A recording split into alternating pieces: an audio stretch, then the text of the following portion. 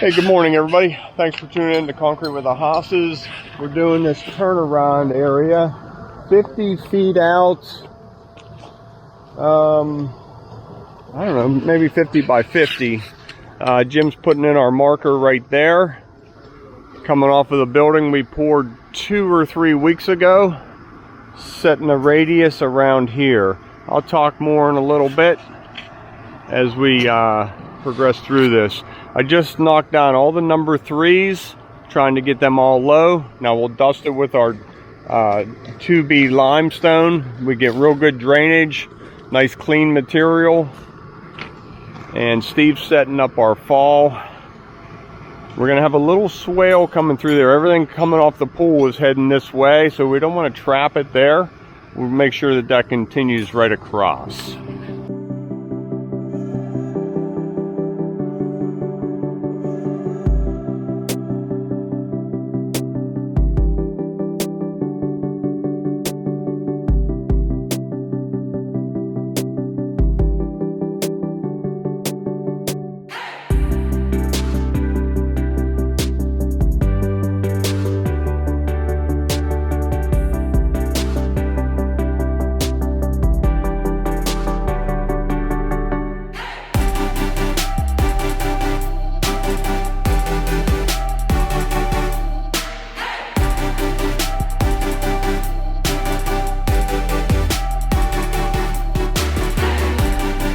Okay, we're up here in this corner from our driveway. We gave it a little bit of climb, level over, making sure we work a nice step down from the pool, but I believe there's a fence here. So this is just for their garbage cans right in here, and a nice curve to the driveway to get them in and out.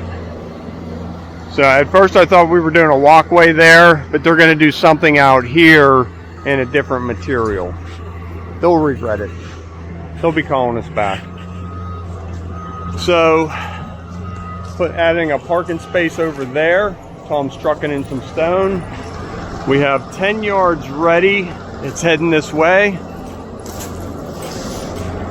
So this is 50 feet from there to the house. So I came in 30 feet and we put this, we call these dog legs, because I don't want to pour this to a little sliver of a point, it'll break off. So we just come back to our 30-foot mark, and we'll have a cut heading across here, intersect that, a slight angle to our edge of concrete, straight down. This one might do the exact same thing, and so on.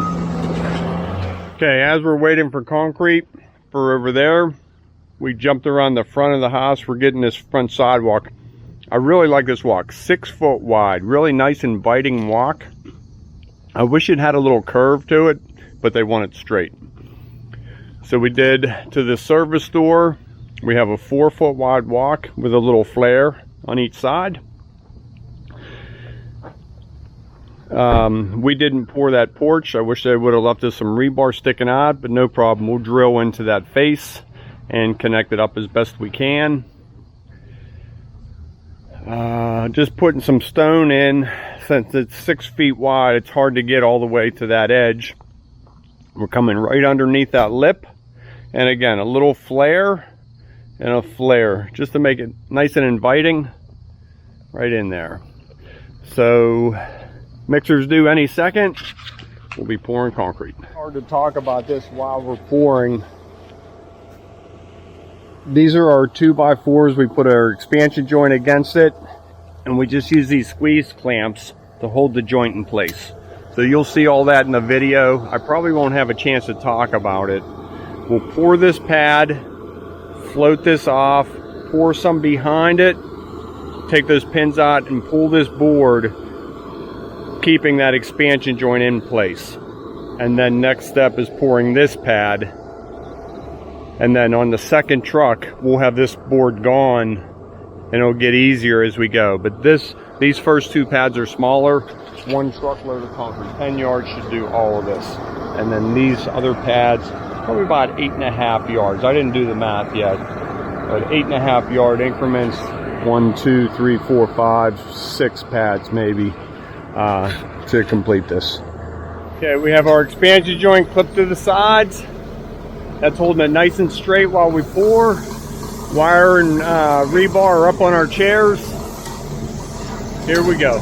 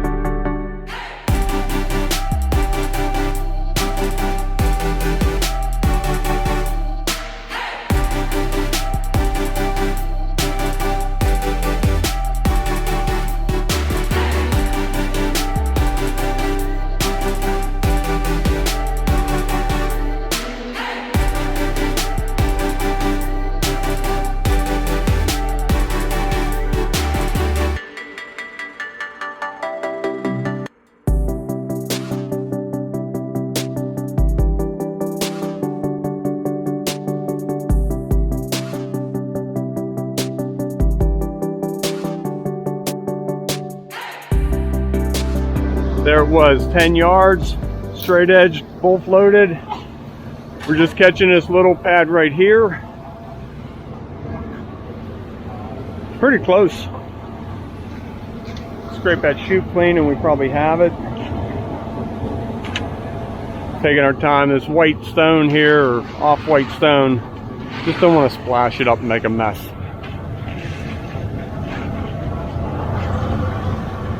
Four feet.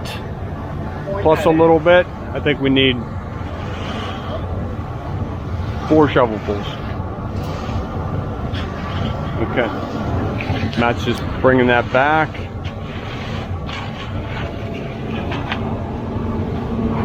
We may drop him in and scrape him clean? Yeah.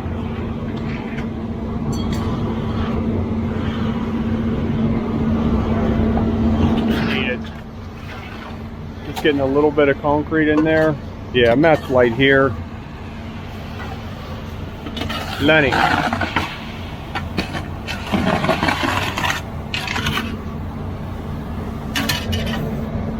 Okay, we'll just back him up and do a cleanup right back there. Okay, I'm glad we had enough concrete to get this pad poured. Now you can see how our form just curls right up in there. We don't have to mess with that expansion joint and wet concrete trying to do this pad and this pad. We'll remove that for this section on this side.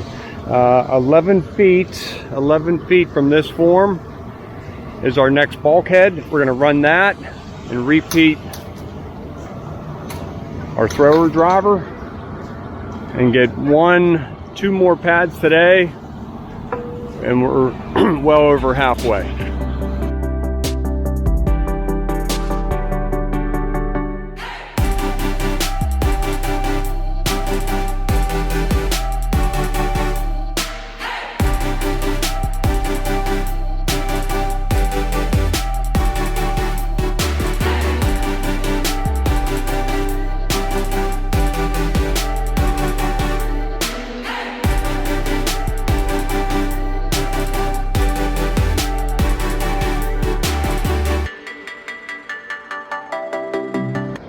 Okay, this tent is all done. Steve's putting our SRT on it. That way when we're edging and brooming here, maybe we can walk on this concrete on it with our socks. The way this is setting up today, there's a good possibility of us being able to do that. I just have to broom up there in the shade. It's a little bit soft. There it is, joints all done. And these will just continue straight through the entire turnaround. Steve's just misting that on. SRT. From where? ChemMaster. There you have it. It'll dry crystal clear. But I heard our mixer. Second truck is here, mixed up. We're all ready. Same as before. Time lapse for this one. Talk to you in a minute.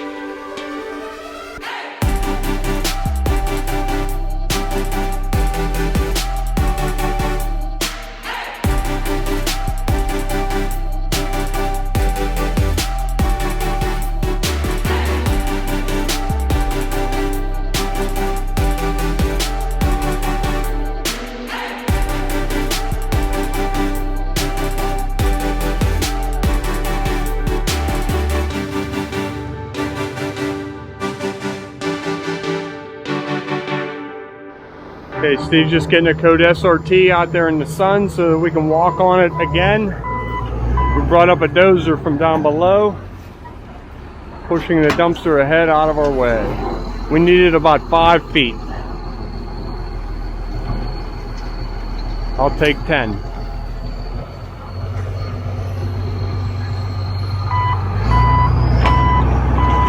There we go.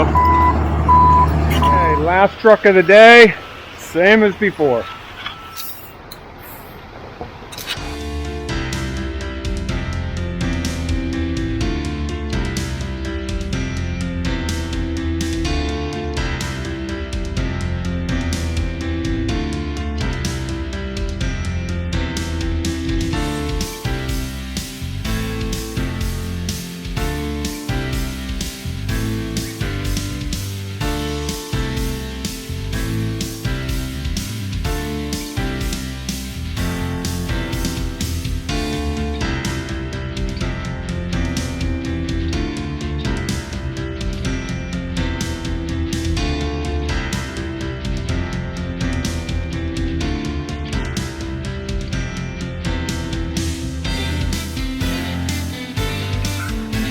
The one thing I do want to show off a little bit, the detail that my guys do. Just bringing that edge mark right around, all that, making it nice and crisp and clean.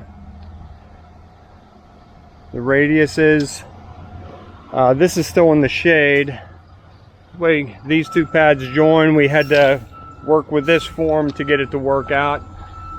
I hope you can see the detail Steve did around that downspout with a trowel. Just made a nice half circle around it into his edge mark. Little stuff like that makes a big difference in the final product. Pull a string down our existing marks, down our existing pad, sorry. That way, even if we're off a 1/4 inch, we just continually make them off, but nice and straight with each other. If that makes sense. That didn't even make sense to me. So we string each one. Are you good? Yeah, it's good. As we go. Good, Matt. So it stays the straightest for us. One guy holds it up there and sets it. Another guy sets it here. And then cut it in.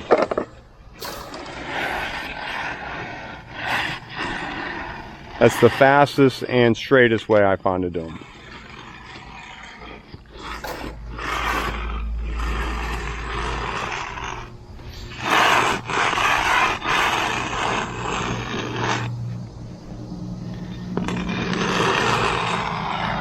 Cleaning it up. On to the next one. Okay, that's going to be it for today. We got a good start on this. We got 30 yards of concrete poured, and we're ready for 30 more. We have to get ready the apron down the street tomorrow and hopefully get that all done tomorrow. That'll be 2 days on this project. So I think we're moving pretty good, and that's what I usually like to expect.